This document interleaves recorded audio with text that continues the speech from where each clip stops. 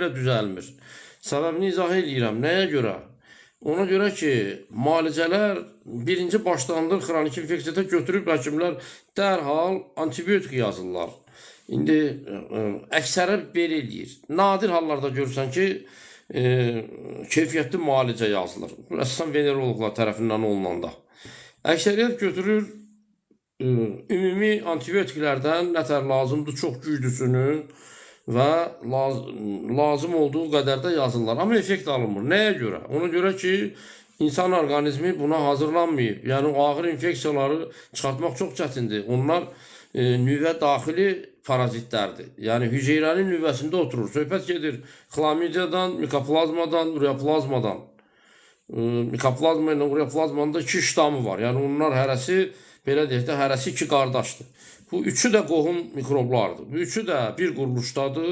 Yəni, hər biri yarı virus, yarı bakteriyadır. Ona görə onları